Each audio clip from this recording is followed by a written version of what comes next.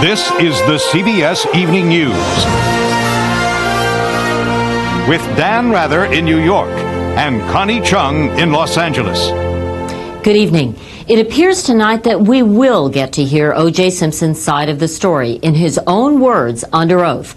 According to sources, the defense plans to have Simpson testify at his trial for the murders of his ex-wife Nicole and her friend Ronald Goldman. Correspondent Bill Whitaker has the latest exclusive information on the defense strategy.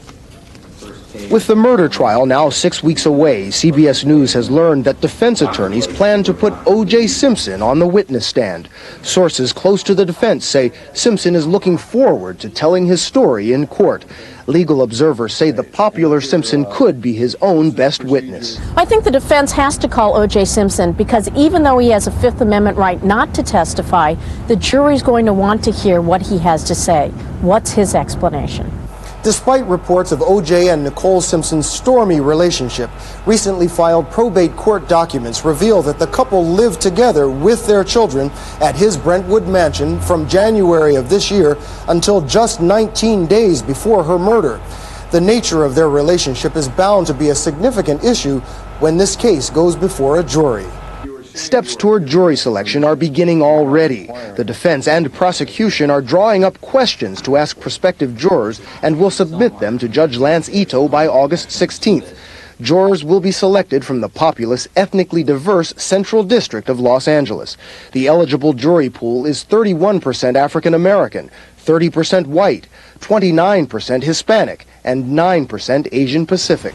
Meanwhile, Los Angeles seems to be crawling with private detectives. One told CBS News he has been retained by 4 clients calling themselves friends of Nicole. The detective says he found a witness who corroborates reports that Simpson stalked his ex-wife. Sources close to the defense say they have received numerous calls from witnesses who say they saw from 1 to 4 suspicious people near Nicole Simpson's house the night of the murders. One, mentioned by defense attorneys in court, apparently has been discredited for offering false leads in the Poly-class kidnapping case and others. The 2 white men did leave the scene, period. And I am willing to take a polygraph and I want no money, period. Both sides will discuss other leads and evidence when they meet again in court next Tuesday. Bill Whitaker, CBS News, Los Angeles. Prosecutors told Congress today they need more help from the federal government to protect witnesses in criminal cases. More and more witnesses are afraid to testify because of violent threats made and often carried out by criminal gangs. CBS News correspondent Jim Stewart has this story. Shortly after police arrested this man for the murder of a 15-year-old Brooklyn girl, the suspect's brother visited the chief witness in the case. What did he say that made you frightened?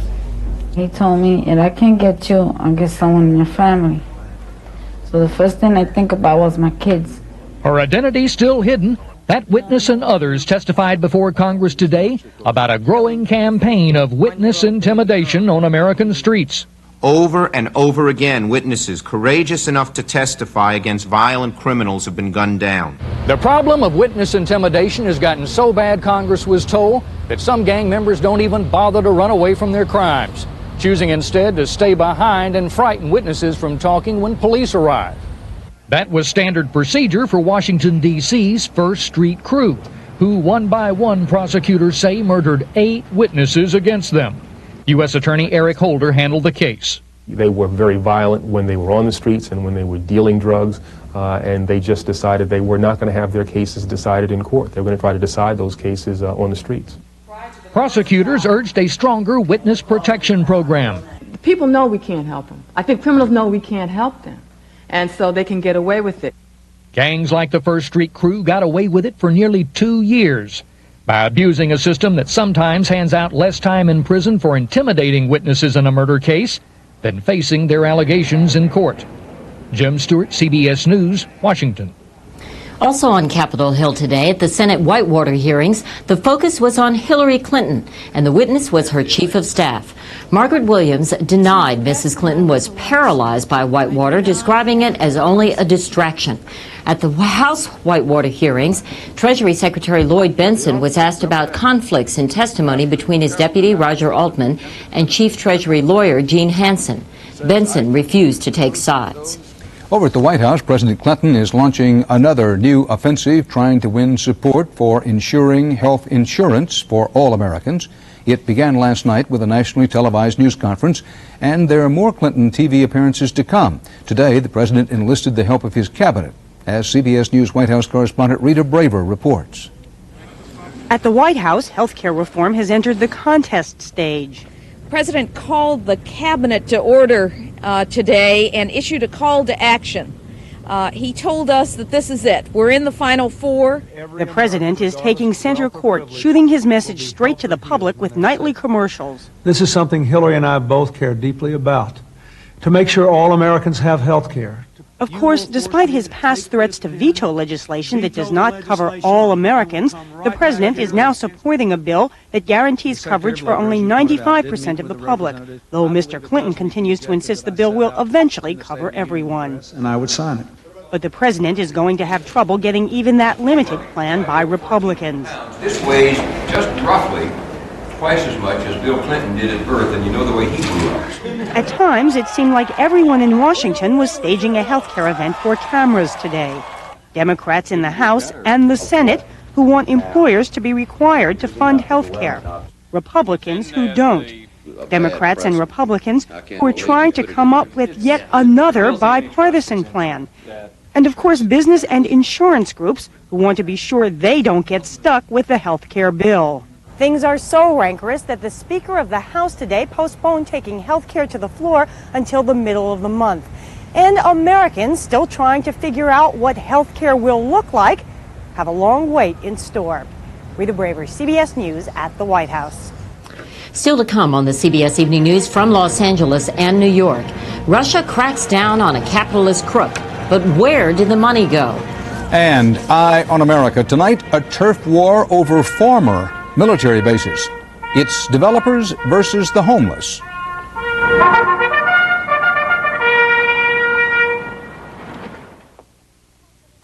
With Fixident, I can stay active and as confident as I need to, all day.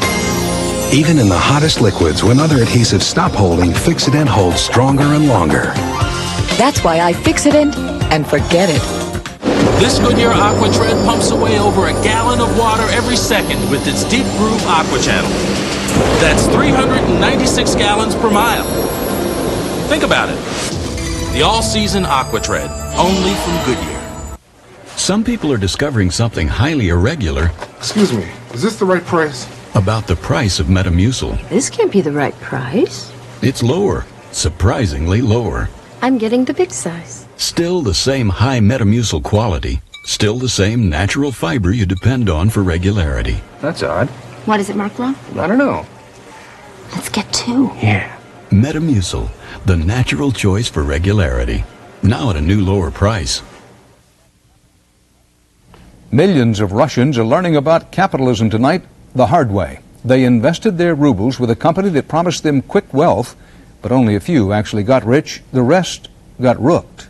And as CBS News new Moscow correspondent Tom Fenton reports, the boss is finally behind bars. The man who swindled millions of first-time Russian investors was finally taken into custody today in a dramatically staged police operation. But his victims still can't believe he cheated them. Hands off Mavrodi, they chanted. They blamed the Yeltsin government for the collapse of the huge get-rich-quick scheme. Mavrodi's MMM Finance Company is still running its high-octane TV ads tonight. Two Russian Archie bunkers sampling the delights of world travel thanks to investing in MMM. The company promised investors annual profits of 3,000% and won millions of friends. They like MMM because this is the first company which really helped the people. Russians with only a hazy idea of capitalism rushed in to turn over their life savings to Mavrodi's scam. The bubble burst last week when the government warned that it was a classic pyramid scheme. Thousands besieged the MMM offices as shares dropped overnight from $50 to less than 50 cents. The scandal has given Russia's economic reforms a black eye. It won't stop reforms, but it will give some thought, I think, to getting some better regulation in place of these new securities markets. Although Yeltsin has promised new laws, banking and investing here are still largely a free-for-all with few holds barred. The Russians are learning the ropes, but this has been an expensive lesson. Tom Fenton, CBS News, Moscow.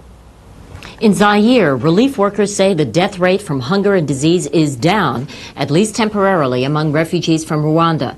But some new scourges have appeared at the refugee camps. Crime, corruption, and violence are on the rise, much of it blamed on the armed forces of Zaire. CBS News correspondent Barry Peterson is on the scene. I was out by the banana plantation, and then there was one shot from very near. And then I got very nervous. In a refugee camp where death comes by the thousands, one death sent aid workers scurrying. There was a Zairean army man killed here at the crossroads. The soldier tried to hijack a refugee's truck. Instead, the crowd grabbed his gun and shot him. A banknote was placed in his mouth, the symbol of justice done to a thief. Some people are very desperate, and many people have died, and I think people just have to watch out, but to keep on doing our work. The refugees are easy pickings for a Zairean army that is poorly disciplined and rarely paid. The refugee camps are supposed to be guarded by the soldiers, so their guardians become the attackers. The Zairean government is moving more troops into the area, concerned about this huge refugee population. If tempers are running a little short, there could be more trouble ahead. And in the middle of it all, American troops. The military said tonight it has given soldiers no special orders since the shooting, just stay watchful. But some sense the first hints of resentment. You know, people are a little less reluctant to get out of the way when the vehicles come by, and maybe the looks are a little less friendly. They fled the violence in their homeland. Now it has come to the camps, and their ordeal has taken another turn for the worse, but this time there's nowhere left to run. Barry Peterson, CBS News, Goma, Zaire. Stay with us for more CBS News, including wildfires in the wilderness and the hotshots who are fighting them.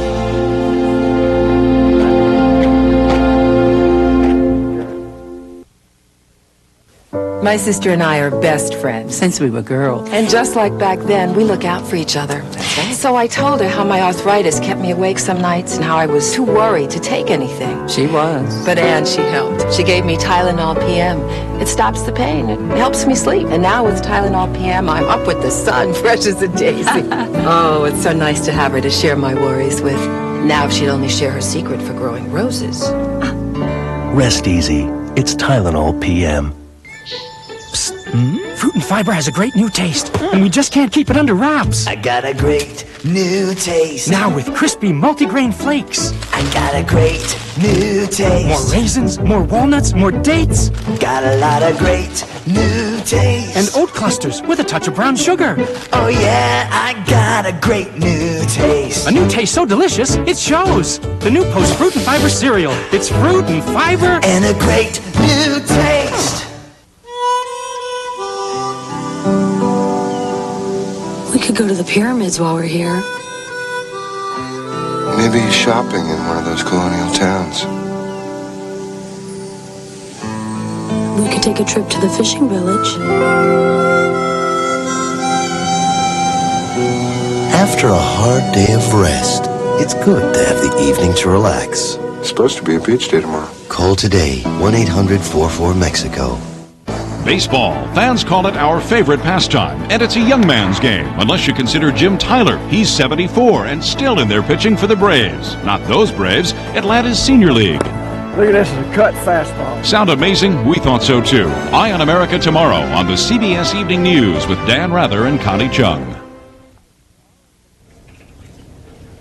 Firefighters from all over the country, including U.S. soldiers and Marines, are still battling wildfires in the West tonight.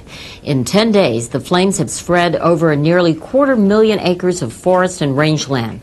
Correspondent Sandra Hughes has the latest. A new fire was ignited today in Ogden, Utah. This time, flames were sparked by a passing train. Across the Northwest, where 26 major fires still rage in 5 states, lightning strikes are sparking new flames as quickly as others are put out. Make his practice retardant drop on a fire, and then he's going to head out northeast to the cup. An aerial assault is crucial in places where mountains are too steep and fires too big. After 2 weeks of battling, firefighters in Washington are finally making headway on some fire lines, starting what's called the mop-up. It's the final stage of the fire. It's just going in and putting out the smoke and what little flames are left. More than 18,000 firefighters are scattered throughout this rugged terrain. They can be found throughout the Northwest in small pockets of the forest like this, doing hand-to-hand combat with the fire. You have to go right back in. Now we get 2 or 3 hours sleep. Their shift can last up to 20 hours on the line. We were fighting 30, 35 mile an hour winds, so it's a little tough that way. This crew from Alaska is called a hotshot team. They fight the flames in the most dangerous areas, often dropped in by helicopters. Adrenaline rush. You get to see a lot of different places. You know, you travel all over the United States. Good pay. Once their job is done here, the firefighters, now totaling 2,000 at this one base camp, could be moved to another hot spot. And with the fire season just beginning in the Northwest, they don't expect to be heading home anytime soon. Sandra Hughes, CBS News, Leavenworth, Washington. The opening of the new international airport in Denver is almost a year overdue. The holdup is a high-tech baggage moving system which isn't working properly. Today, the mayor of Denver said the airport will build a low-tech backup system so the airport can finally open. That will add millions to the cost of the airport, and there is still no estimate of when it might open. Major League Baseball players say they're outraged by the owner's refusal to make a scheduled payment of $8 million to the players' pension fund. The players call it irresponsible and provocative, but after a meeting today, the players' union backed down. It withdrew a threat to go on strike immediately. The strike deadline remains August 12th, next Friday. More profit-taking today on Wall Street. The Dow Jones Industrial Average closed down nearly 27 points.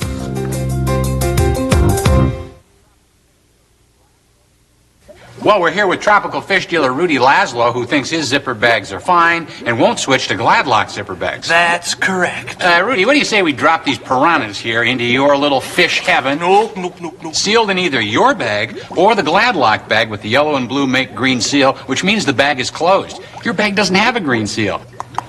These are my little friends. Use the Gladlock. When it really counts, get Gladlock. Can you hear that? They're applauding you. Rudy. My friend Reba says, Cheryl, you gotta try Crispix. It doesn't end up tasting soggy and yucky. Yeah, like she knows. Oh, sure. It tastes terrific now, but once that milk soaks in... well, it'll never make it to the end. Kellogg's Crispix cereal stays tasty to the end. Okay, last bite. So what's it gonna taste like, porridge or mush? How do you like that? It still tastes fabulous. You know, Reva only had taste of men like she has in her cereal. Get creative at Red Lobster. Create your own shrimp dinner, just $9.99. Choose any 3 kinds of shrimp you love best, or try something new. Create your own shrimp dinner, just $9.99 for a short time. At Red Lobster. It's Sherwin-Williams Super Sale, where you'll find Super Paint Interior Flat or Super Paint Exterior Flat for only $17.99 a gallon. It's all here, plus friendly advice during Sherwin-Williams Super Sale. Ask Sherwin-Williams. This advanced technology helps to diagnose arthritis. But to effectively relieve the minor pain of arthritis, use this, Advil. Advil contains the #1 doctor-prescribed ingredient in its class in non-prescription strength. Advil provides fast relief, and it works directly at the site of arthritis pain. And Advil is gentler on your stomach than aspirin. So for minor arthritis pain, trust Advil. Advil, advanced medicine for pain. Imagine leaving your suitcase behind when you check out of a hotel. We're going to have some important travel tips so you don't join the club. Tomorrow on CBS This Morning, Breakfast for Your Head. There's a new measure tonight of the impact of homelessness. A study of Philadelphia's homeless finds their death rate is nearly 4 times higher than that of the overall population. A plan to house America's homeless in shut-down military bases is running into a lot of opposition. Correspondent Wyatt Andrews investigates that for tonight's Eye on America. It sits nestled near the Rockies, within the city of Denver, some of the best real estate in America. Lowry Air Force Base closes this September. And Christina Durbin, a homeless single mother, dreams of her own apartment in old Lowry housing. Now Lowry would mean to have my own place, because I've never really had my own place, and to be just my home, my own place. Jack Angel. But Izzy Sonnenreich, who lives here, just beyond the Lowry fence, has a dream that Lowry will become an upscale neighborhood like his. You were looking at homes, jobs, private money, basically. Private money coming in, redeveloping the site. But to the shock of homeowners like Izzy, there is a showdown of these two dreams, and it is the homeless like Christina who are likely to win. Hundreds of communities like Denver today, facing the downsizing or the closure of a military base, have to reckon with what's called the McKinney Act. It's a 1987 law that gives the homeless first crack at any building that's to be abandoned when a military base shuts down. Which is not what you've been hearing from Presidents Bush or Clinton, who have promised that bases would be replaced with private investment. For communities from coast to coast affected by base closings, we will help them to use their valuable assets as engines of economic growth. What the McKinney Act can do is overtake a base, overtake public property, and turn it into a big homeless project. Oh, absolutely. Homeless and subsidized housing, absolutely. Here's the problem. When a base closes, it's the Pentagon which helps communities develop a reuse plan. However, under McKinney, there's another agency, Health and Human Services, or HHS, which grants base housing to the homeless. The McKinney Act is one thing. The Base Closure Act is another thing. Two separate tracks, two separate goals. City planner Jennifer Moulton says that process brings gridlock. While Denver planned to spread 86 homeless families throughout the base, HHS approved 200 families and concentrated them in clusters. Maybe we would put one homeless unit in each building. If HHS would spread out the homeless, developer Dan Stramiello says he would replace these apartments with new homes. We're not going to risk $6 or $8 or $10 million on a new development where it might not work. Because there's a concentration of homeless nearby. Right. So Jennifer Moulton is engineering an astonishing compromise. She's getting a $5 million federal grant to buy the homeless new housing off the base. You're buying them out. You bet. The community gets what they want on the reuse plan. The homeless providers have units for their people. And make no bones about the deal. The same federal government that put the homeless on the base will now pay most of them to stay away. What you making? Even homeless advocates like John Parvinsky, who is desperate for any housing, see this as waste. And if that's replicated across the country, what happens? Then they have no money left over to do other affordable housing or to do other homeless needs. In a perfect world, the federal government would have one plan accommodating both private investment and families like Christina's. But as bases like Lowry now close, the long-promised peace dividend may be squandered in this conflict of dreams. In Denver, Wyatt Andrews for Eye on America.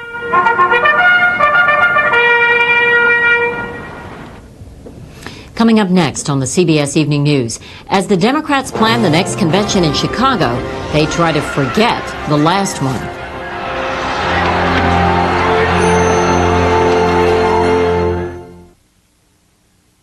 Glaxo, where the search for answers never stops. Where the hopes of the millions waiting for a cure live in each of us. Blue represents electropositive. It's not going to be a straightforward solution. And sometimes the search can't wait till tomorrow. Glaxo, on the brink of discovery.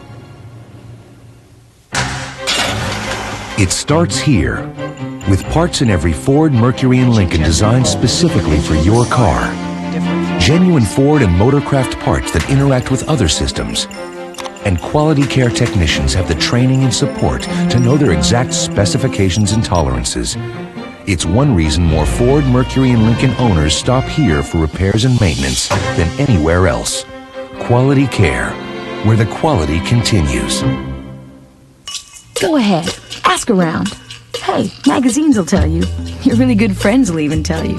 The alpha-hydroxy acids in Alpha Hydrox can reduce the appearance of fine lines and wrinkles because Alpha Hydrox is an exfoliant. And now there's an Alpha Hydrox formula for dry, oily, normal, and sensitive skin for under $10. Are you listening? Or are you too busy looking for new wrinkles? Alpha Hydrox at drug, grocery, and discount stores. Okay, if the moon was really made out of cheese, I'd be an astronaut. Healthy Choice makes real cheese with skim milk, so it's naturally fat-free. I love their shredded cheddar. I put it on practically everything. I put it in taco salads, I put it on nachos, I put it in my famous tortilla torpedoes. Cheese is the center of my food universe. I even put cheese on my cheese. Oh, Healthy Choice cream cheese makes this killer cheesecake. Without cheese, I am nothing. With Healthy Choice, I eat what I like. Cheese. Finally tonight, there's a lot of nostalgia lately for the 1960s. We've had commemorations of the first moon landing, another Woodstock is coming up, and the Rolling Stones are back on tour. Now, the Democrats say they'll hold another convention in Chicago. But as Eric Engberg reports, that decision was based on good politics, not good memories. Given what happened the last time the Democrats convened in Chicago, it's not surprising they didn't go back for 28 years. Long enough for memories to fade, long enough for the generation that was getting clubbed by Richard Daley's police to be running the country. In announcing the Democrats' return to Chicago, the current mayor, who happens to be that Daley's son, scoffed at the idea any ghosts of 68 need exorcising. We don't need to erase that chapter or any other chapter of the history of Chicago.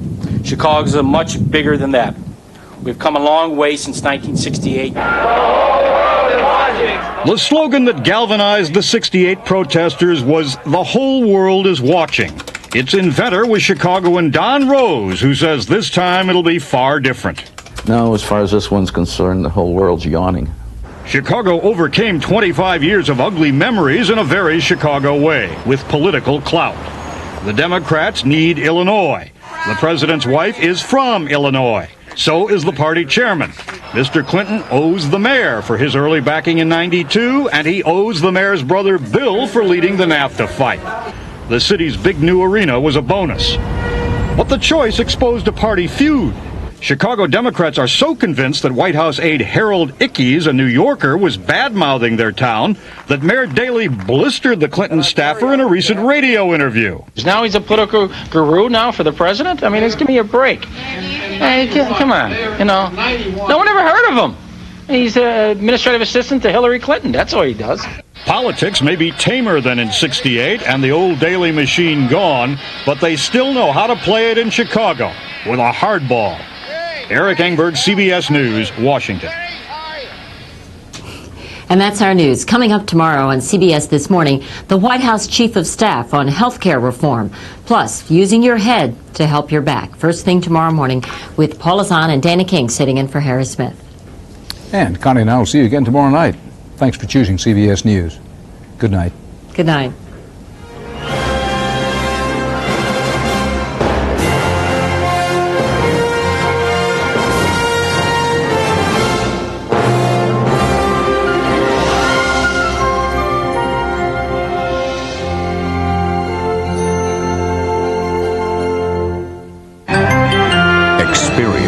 CBS News. Baseball. Fans call it our favorite pastime, and it's a young man's game, unless you consider Jim Tyler. He's 74 and still in there pitching for the Braves. Not those Braves, Atlanta's Senior League. Look at this, is a cut fastball. Sound amazing? We thought so too. Eye on America tomorrow on the CBS Evening News with Dan Rather and Connie Chung. This is CBS.